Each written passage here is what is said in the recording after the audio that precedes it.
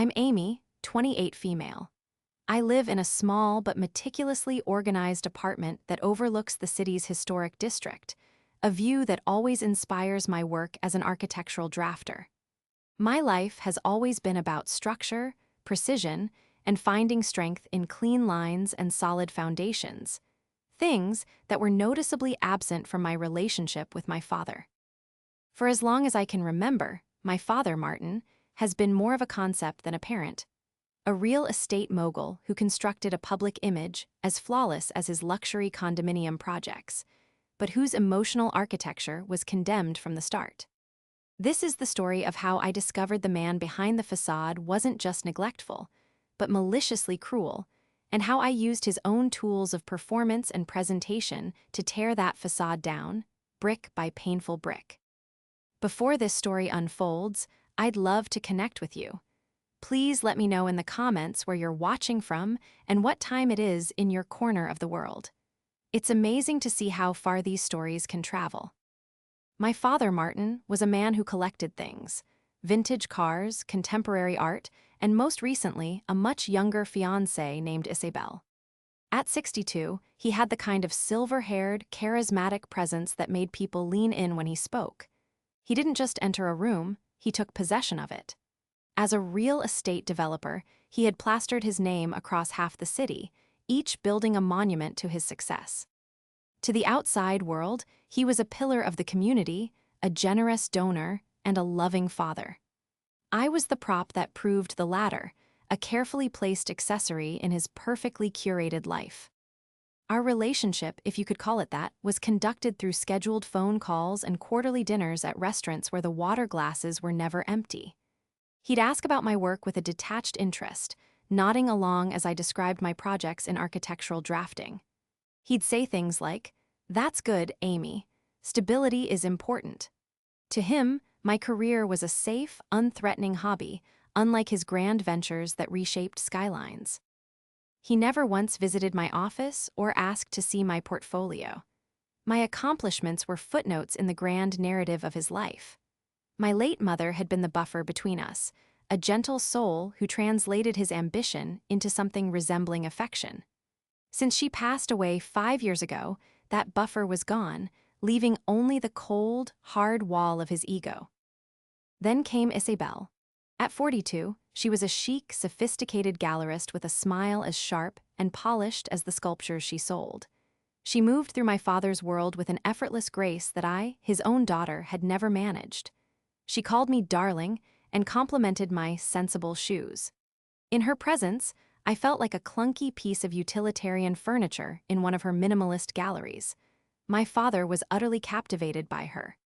He, who had barely remembered my birthday the year before, was now planning a wedding that the local society pages were already calling the event of the season.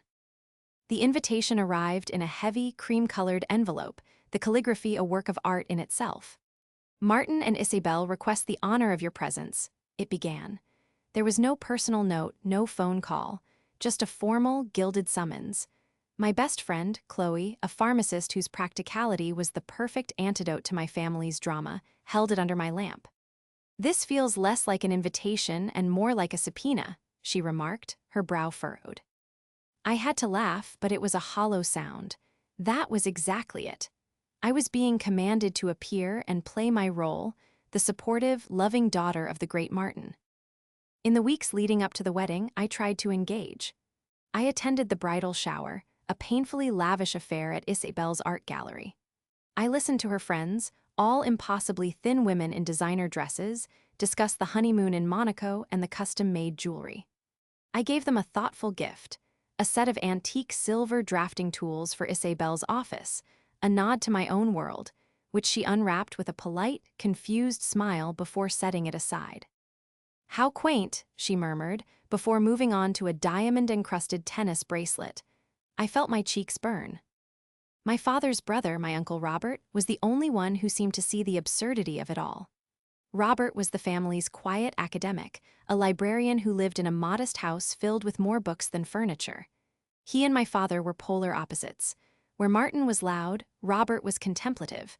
Where Martin valued net worth, Robert valued knowledge. "Don't let them get to you, kiddo," he told me at the shower, handing me a glass of champagne. "This is a performance. Just try to enjoy the catering." But it was hard to enjoy anything when I felt so profoundly out of place. It was as if I was watching a movie of my father's life, and I had been cast as a silent back. K-ground extra. The final straw before the wedding was the suit fitting. My father had insisted on a custom-tailored dress for me, part of his vision for a cohesive family aesthetic.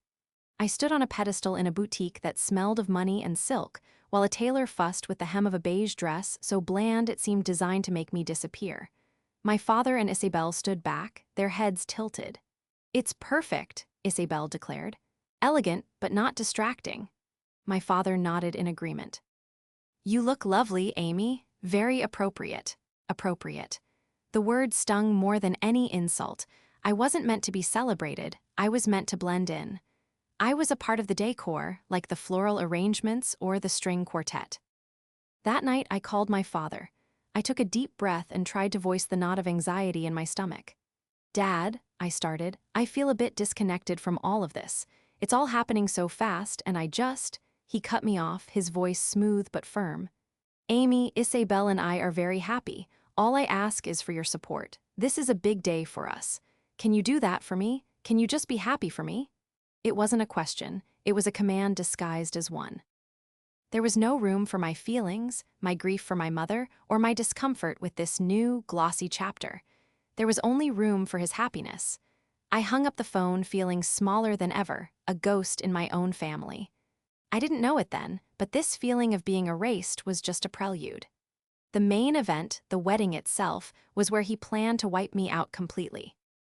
The wedding day arrived under a flawless blue sky, the kind of day my father would have probably claimed to have personally arranged.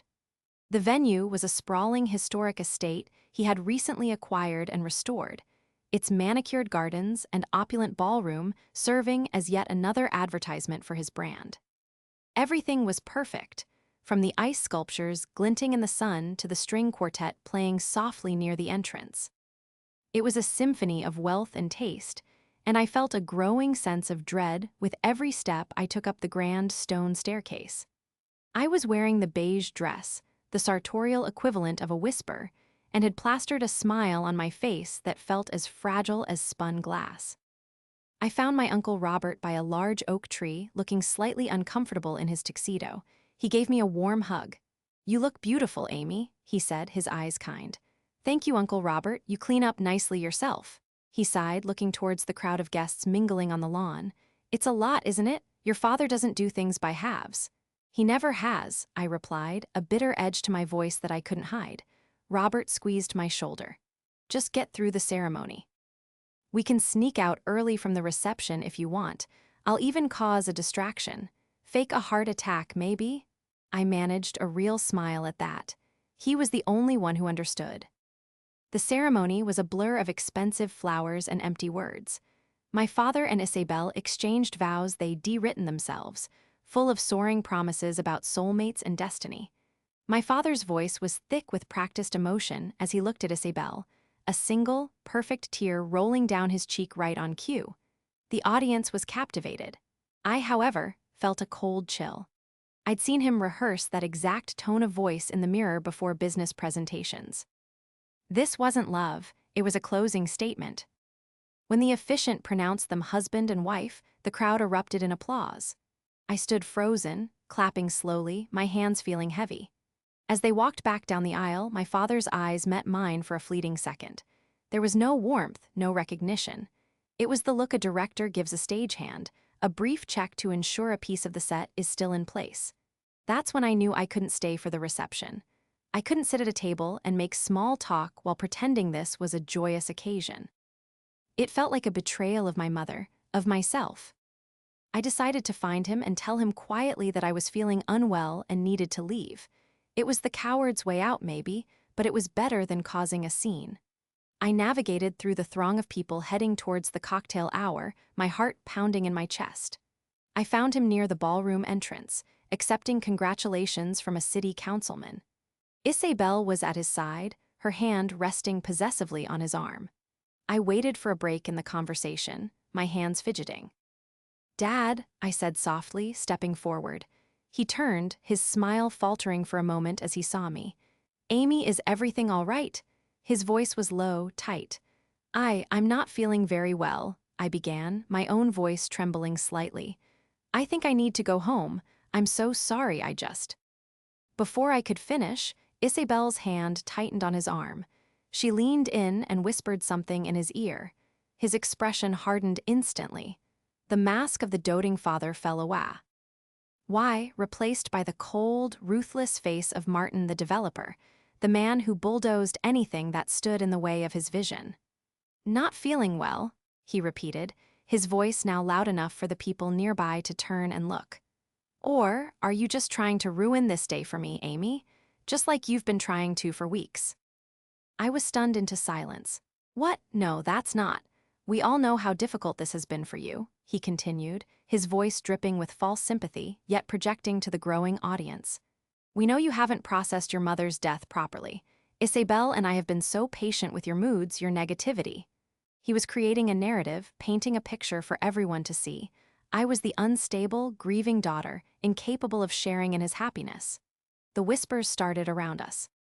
People were staring, their faces a mixture of pity and morbid curiosity. "Dad, please," I whispered, my eyes filling with tears. "Don't do this here." "Do what?" he boomed, throwing his hands up in a gesture of helplessness. "Try to talk to my own daughter. I just want you to be happy for us, Amy. Is that too much to ask?" The tears were streaming down my face now, a combination of shock, humiliation, and a deep, shattering heartbreak. This was what he wanted. He had pushed me to this point, engineered this breakdown. He needed a villain for his story, a reason for any past or future distance between us, and he had just cast me in the role. He gestured to two burly men in black suits who had been standing discreetly by the door. "Security," he said, his voice now calm and decisive. "Could you please escort my daughter out? She's emotionally overwrought and needs some fresh air. She's not well." The guards moved towards me, their faces impassive. I looked at my father, pleading with my eyes, but he wouldn't look at me. He had already turned back to Isabel, wrapping an arm around her, comforting her as if she were the victim. I saw her glance at me over his shoulder, a flicker of triumph in her eyes. The guests parted as the guards gently but firmly took my arms. They led me through the crowd of shocked faces, my sobs echoing in the sudden silence. They were walking me out of my father's wedding, out of his life, leaving me with nothing but the crushing weight of his public, calculated betrayal. The world outside the grand estate felt unnervingly quiet. The sun was beginning to set, casting long, mournful shadows across the perfectly manicured lawn. The security guards escorted me down the long, gravel driveway to the guest parking lot, their grip firm but not painful. They were just doing their job. They released me near my car, one of them murmuring a half-hearted, "Are you okay, miss?"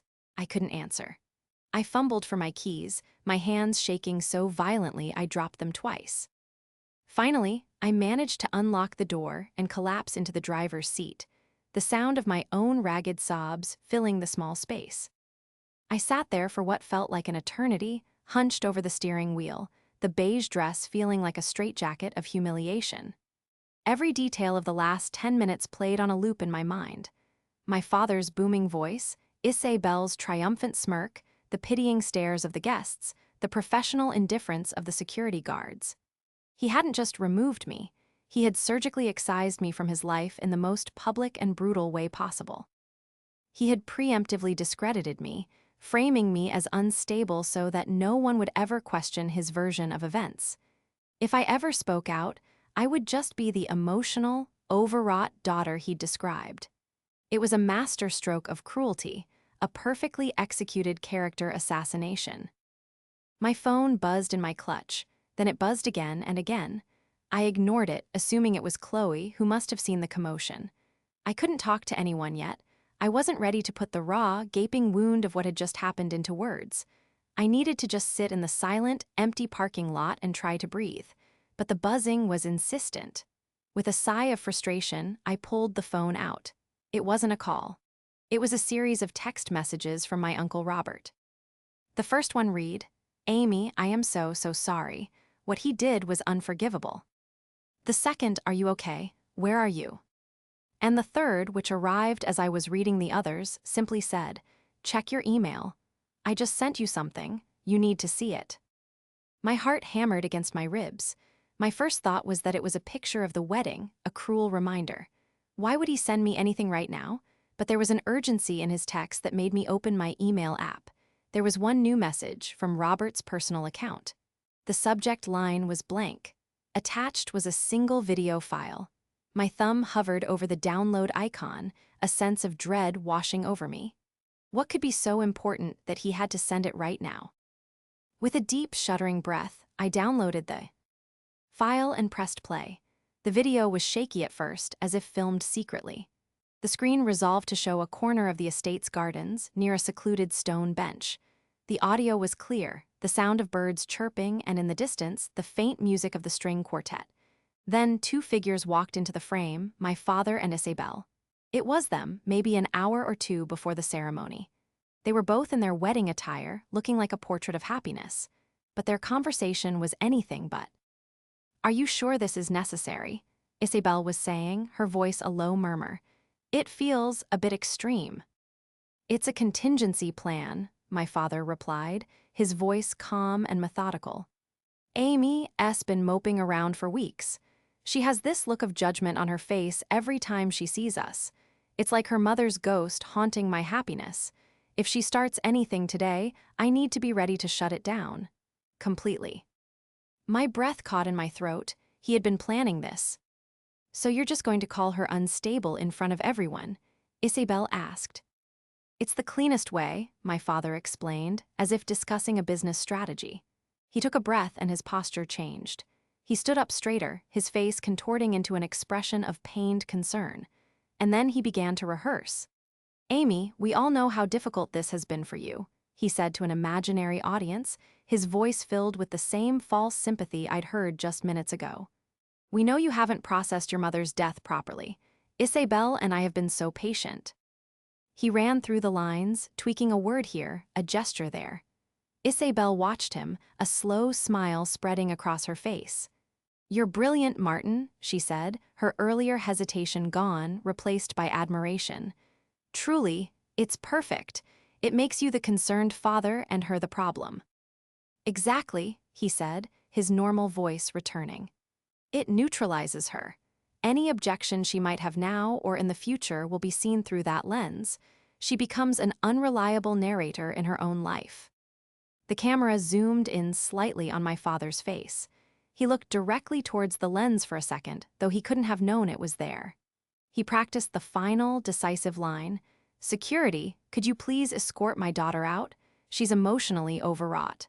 He then turned to Isabel and they kissed, a triumphant, chilling celebration of their shared conspiracy. The video ended. I sat in the driver's seat of my car, phone in my hand, completely still. The tears had stopped. The heartbreak had been replaced by a cold, clear, and terrifying calm. It wasn't a spontaneous act of cruelty. It wasn't a father losing his temper on a stressful day. It was a premeditated, rehearsed performance designed to destroy my credibility and emotionally exile me. He hadn't just thrown me out of his wedding. He had planned to do it. He had practiced the words that would humiliate me, crafting them for maximum impact. And Isabel, the woman who called me darling, was his co-conspirator. The sheer, calculated malice of it was breathtaking. He had built a narrative and was now trying to build a new life on a foundation of lies, with my public humiliation as the cornerstone. He was a developer, after all. Demolition was part of the job, but as an architectural drafter, I knew something about foundations, too. I knew that a structure built on a compromised base could never stand for long. And in that moment, sitting alone in the parking lot with the evidence of his treachery glowing on my phone screen, I knew I couldn't just let him get away with it. He wanted to tear me down, but he had just given me the blueprint for his own destruction. The cold calm that had settled over me in the car stayed with me all the way home. It was a strange, protective shell holding the shrieking grief at bay. I walked into my apartment, the beige dress now feeling like a costume from a horror film. I took it off, folded it neatly, and placed it in a garbage bag. I would never wear the color beige again. I changed into an old, comfortable sweatshirt and sat on my sofa, the video from my uncle replaying in my mind. An hour later, there was a soft knock on my door. It was Uncle Robert. His face was etched with worry, and he held a small paper bag that smelled of a bakery. He didn't say anything at first, just stepped inside and enveloped me in a hug that felt like the first genuinely warm thing I had experienced all day. I didn't cry. I was too far beyond tears. "I brought scones," he said softly, placing the bag on my coffee table. "I know you like them." We sat in silence for a few minutes before I finally found my voice. "How did you get it?" I asked, my voice raspy. "The video." Robert sighed, running a hand through his thinning hair.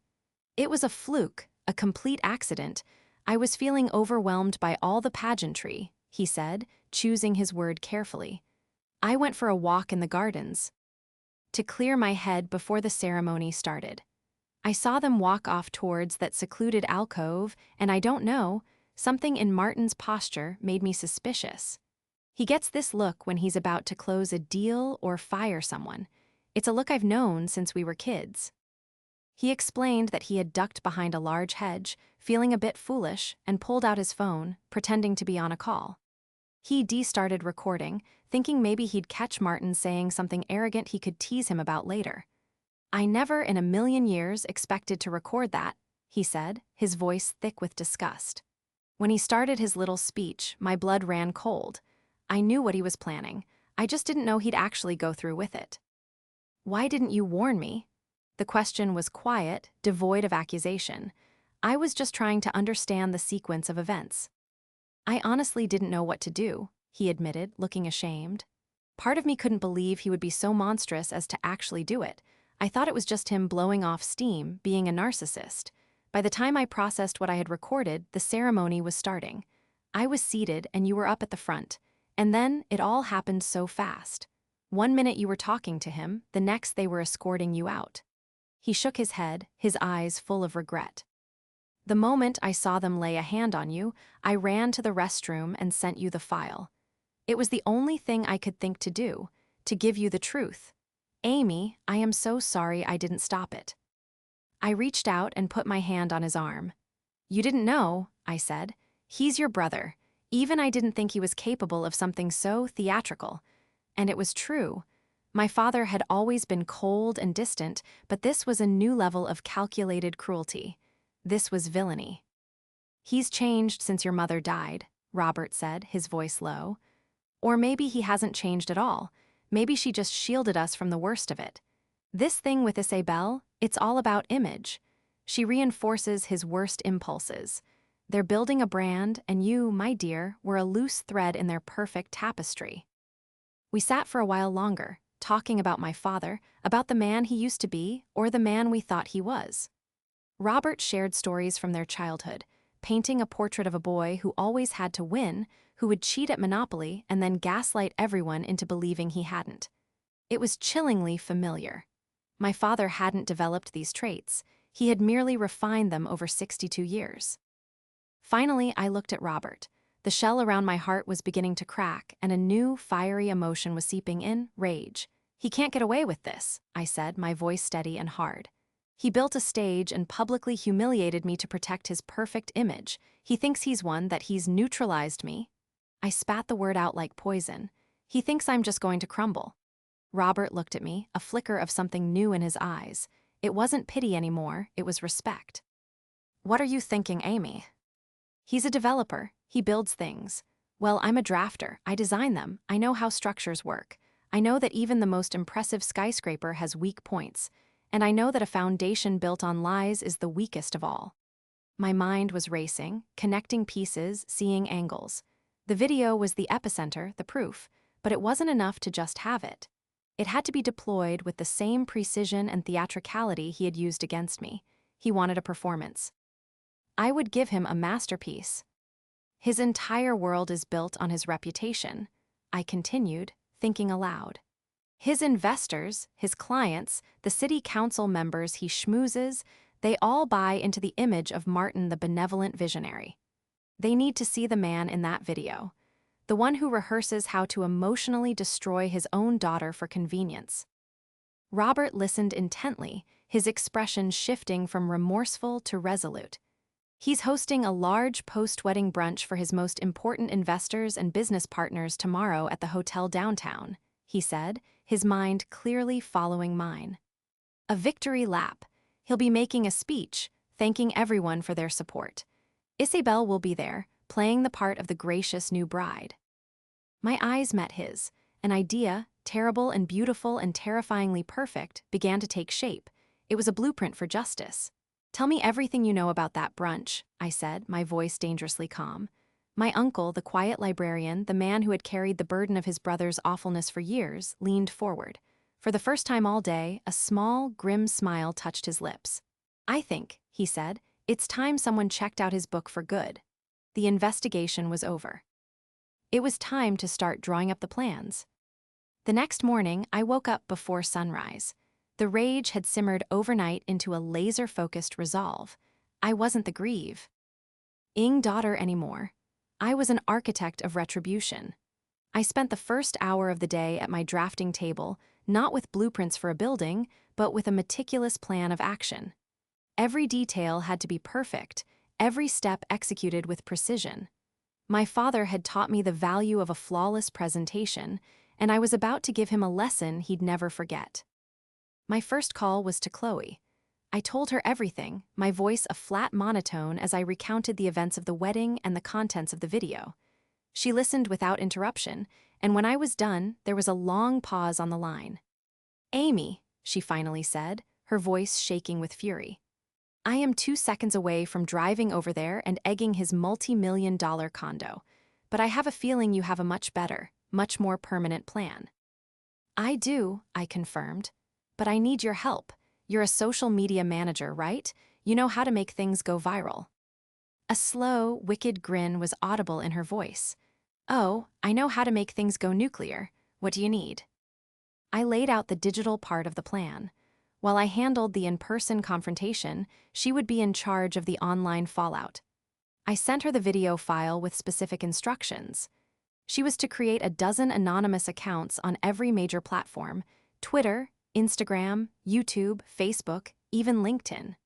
She was to edit the video into a short, punchy 1-minute clip, adding clear, concise subtitles. The title would be simple and damning: "Real estate developer Martin last name rehearses emotionally abusing his daughter minutes before his wedding." She was not to post anything until she got the signal from me. The signal would be a single text: "Showtime." Chloe got to work immediately, her professional skills now aimed like a weapon. "I'll also draft an anonymous email with the video link," she added. "I'll send it to every local news outlet, every society blogger, and every member of the city's zoning and planning commission. His professional reputation is built on his public persona. Let's introduce them to the real Martin." I felt a surge of gratitude for her ruthless efficiency. My next call was to my uncle Robert. He had already confirmed the details of the brunch. It was being held in the main ballroom of the city's most prestigious hotel. Starting at 11 a.m., my father was scheduled to give a speech at noon. "Security will be tight," Robert warned. "They won't let you anywhere near the room after yesterday." "I don't need to get into the room," I said. "I just need to get my message in there. Does the ballroom have a built-in audio-visual system, projectors and screens?" "Yes, state-of-the-art," he confirmed. "Martin had it upgraded himself last year as a donation to the hotel. He uses it for his investor presentations." The irony was almost too perfect. He had literally built the stage for his own downfall. "I need you to get me access to the AV control room," I told him. "Just for 5 minutes. Can you do that?" There was a pause. This was asking a lot of the quiet, law-abiding librarian. "The control room is usually unlocked during events, but there's always a technician in there," he said, thinking it through. "I could cause a distraction. Spill a tray of drinks on a particularly important guest near the control room door. It would draw the tech out for a minute or two." "It's risky," I said. "Not as risky as letting him get away with what he did to you," Robert replied, his voice firm. "I'll be your man on the inside. I'll text you when the coast is clear." The final piece of the plan was me. I couldn't show up looking like a victim. I needed to look like someone who was in complete control. I went to my closet and pulled out the sharpest, most professional outfit I owned. A tailored black pantsuit with a crisp white silk shirt. It was my armor. As I did my hair and makeup, I looked at my reflection. The puffy, tear-stained eyes from yesterday were gone. In their place was a cold, determined glint. I looked like a woman who was about to close a very important deal. At 10:30 a.m., I left my apartment, a small USB drive tucked securely in my pocket. It contained a single file, the video. I drove to the hotel, my hands steady on the wheel. I didn't go to the ballroom.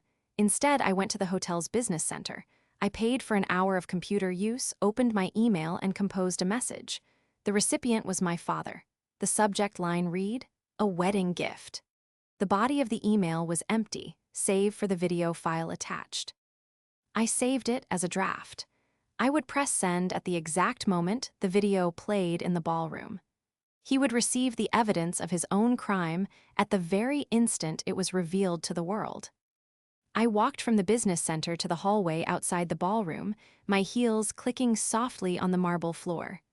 I could hear the murmur of the crowd inside, the clinking of glasses. My phone buzzed. It was Robert. "He's about to sint. Art his speech, get ready." My heart began to pound, a frantic drum against my ribs. This was it. There was no turning back. Another text came through from Robert a minute later. "Distraction starting in 30 seconds. The control room is on the left." I took a deep, steadying breath, straightened my jacket, and walked towards the control room door, my face a mask of calm authority. I was Amy, the architectural drafter, and I was here to supervise a demolition. I stood in the hushed corridor, my back pressed against the wall, just out of sight of the ballroom entrance. I could hear my father's voice, amplified by the sound system, starting his speech. The familiar, charismatic boom echoed down the hall. "My friends, my esteemed colleagues, my beautiful wife Isabel, and I want to thank you all for being here to celebrate our union." My phone buzzed. It was Robert, now. A moment later, I heard a commotion from inside the ballroom near the hallway. A loud crash, the shattering of glass, and a man's indignant yell. "My Armani suit, what is the meaning of this?" I peeked around the corner and saw my uncle, looking mortified, dabbing at a portly man's jacket with a napkin. Hotel staff were rushing over. The door to the AV control room swung open and a young technician in a hotel polo shirt jogged out, headset askew, to see what was happening. It was the perfect diversion. I didn't hesitate. I slipped into the control room, my heart hammering. The room was small, filled with monitors and complex-looking consoles, all humming with electricity. One monitor showed a live feed of my father at the podium, his face beaming, basking in the adoration of his audience. He was in his element, the master of his universe.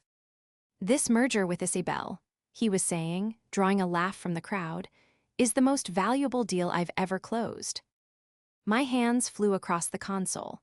It was surprisingly intuitive, designed for presentations.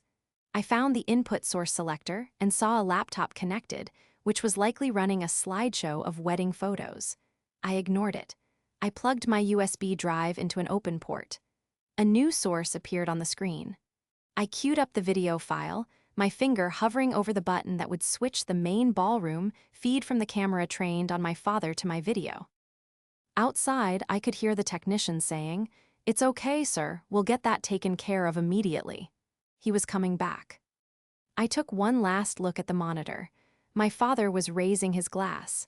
"To new beginnings," he declared, "and to building a future on a foundation of honesty, trust, and love." The hypocrisy was so staggering it almost made me laugh. My finger pressed the button. Showtime. I hit play and simultaneously pulled out my phone. I sent the one-word text to Chloe, "Showtime." Then I opened my email drafts and hit send on the message to my father. With the video now playing on the control room monitor, I slipped the USB drive out, turned, and walked out of the room just as the technician was walking back in. I didn't look at him. I just strode down the hall, my posture erect, my pace steady. I didn't need to be in the room to know what was happening. I could hear it. First, there was a confused murmur from the crowd. Then, silence. A dead, shocked silence that was more damning than any outcry. The audio from my video was now being broadcast through the ballroom's high-end sound system. My father's voice, not the one from the podium, but the one from the garden, filled the room. "It's a contingency plan. If she starts anything today, I need to be ready to shut it down. Completely." I could imagine the scene perfectly. The massive projector screens on either side of the podium would no longer be showing a loving close-up of Martin and Isabel. They would be showing the grainy, secret footage of them in the garden, plotting. The investors, the city council members, the society mavens, all of them would be watching. Isabel's voice came next. "So you're just going to call her unstable in front of everyone?" And then the rehearsal. My father's voice, a cruel parody of concern, reciting the lines that had shattered me less than 24 hours earlier. "Amy, we all know how difficult this has been for you. She's emotionally overwrought." The silence in the ballroom finally broke. There was a gasp, then another. A low rumble of whispers grew into a wave of shocked conversation. I could hear a woman near the door say, "Oh my God, is that Martin? What is he doing?" I stopped at the far end of the hall, near the main hotel lobby, and leaned against a pillar, hidden from view but able to hear the chaos unfold. The video ended. The screens would now be black. I imagined my father standing at the podium, his face ashen, the champagne glass frozen in his hand. I imagined Isabel's polished mask cracking. I imagined all those powerful people turning to look at him, their expressions of admiration replaced with ones of contempt and disgust. A man's voice, loud and angry, cut through the din. "What in the hell was that, Martin?" Then another. "Is this some kind of sick joke?" The sound of chairs scraping against the floor followed as people began to stand up and leave. The party was over. The victory lap had turned into a train wreck. My phone started vibrating nonstop. Twitter notifications, news alerts. Chloe was a maestro of digital destruction. The hashtag Martin the Manipulator was already trending in our city. The local news station's account had just tweeted, "Developing story, shocking video surfaces of prominent developer Martin last name appearing to plot against his own daughter." I saw my Uncle Robert exit the ballroom, a grim but satisfied look on his face. He caught my eye across the lobby and gave me a subtle, almost imperceptible nod. He had done his part. He had helped balance the scales. Then my father and Isabel burst out of the ballroom. His face was a thunderous mask of fury. Isabel was pale, her eyes wide with panic. He was screaming into his phone, presumably at hotel security. "Find her! Find my daughter! She has to be here!" He scanned the lobby, his wild eyes passing right over me. In my power suit, I was invisible. I was no longer the mousy, beige-clad victim. I was just another professional in a hotel lobby. He would never see me the same way again. I had taken his greatest weapon, his obsession with public perception, and turned it against him. He hadn't just lost the room, he had lost the city. The foundation of his carefully constructed life had just been demolished in front of a live audience. And I, his daughter, had been the one to sign the demolition permit. I turned and walked calmly towards the hotel exit, leaving the rubble of my father's reputation behind me. The days that followed the reception screening, as the local blogs dubbed it, were a whirlwind. My father's world imploded with spectacular speed. The video went from a local scandal to a national news story, picked up by morning shows and online magazines as a cautionary tale of wealth, ego, and family betrayal. My father, the master narrator, had lost complete control of his story. He was no longer the charismatic developer. He was Martin the Manipulator, a meme, a punchline. He tried to fight back, of course.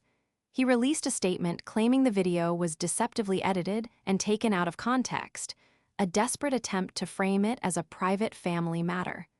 But the evidence was too damning. The audio was clear, the rehearsal undeniable. His investors, a notoriously risk-averse group, began to distance themselves.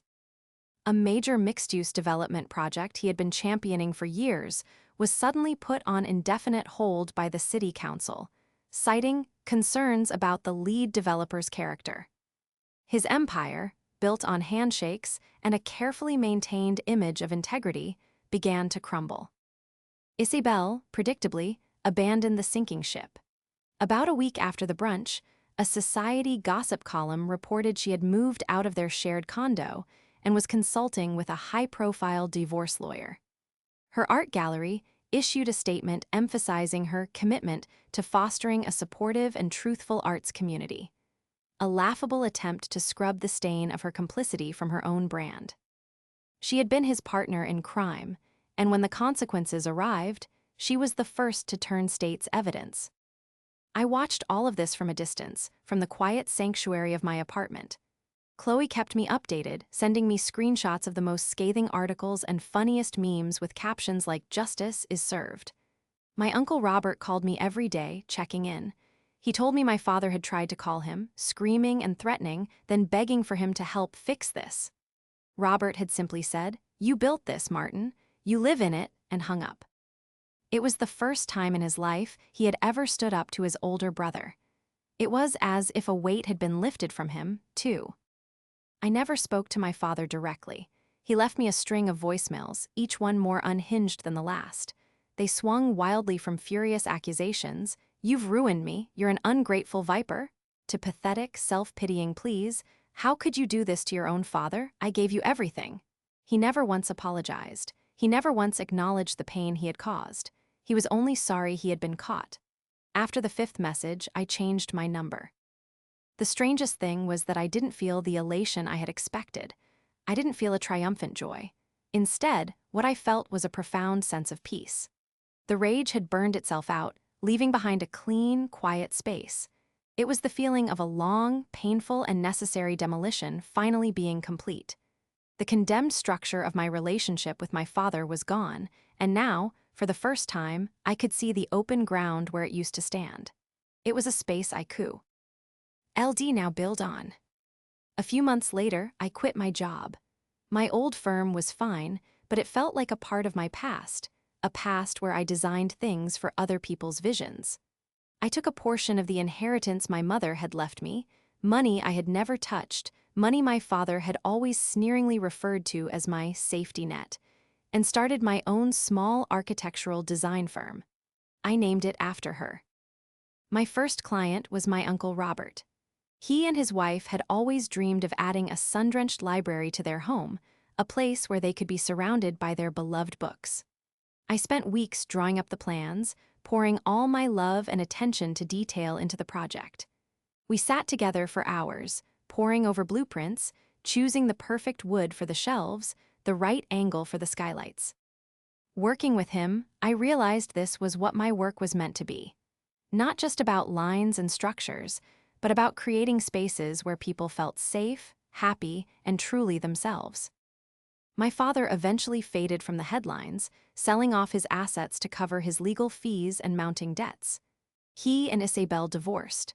Last I heard, he had moved to a smaller city a few states away, attempting a quiet rebranding. I don't know if he ever will, and I find that I don't care. He no longer takes up any space in my head or my heart. He is simply a blueprint of a failed project, filed away in a drawer I never have to open again. Today, my life is my own. It's not a grand, skyline-altering structure like the ones my father built. It's smaller, quieter, and infinitely more solid.